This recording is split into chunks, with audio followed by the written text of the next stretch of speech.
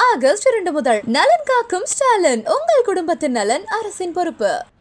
சென்னையில் 22 கேரட் ஆபரண தங்கத்தின் விலை சவரனுக்கு 120 ரூபாய் குறைந்து 73,720 ரூபாய்க்கு விற்பனை செய்யப்படுகிறது.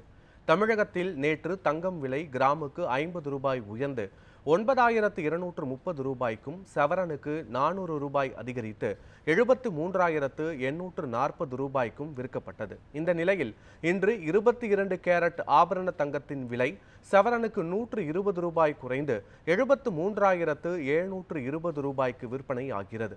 மேலும் கிராமுக்கு 15 ரூபாய் குறைந்து 1 கிராம் 9,215 ரூபாய்க்கு விற்பனை செய்யப்படுகிறது.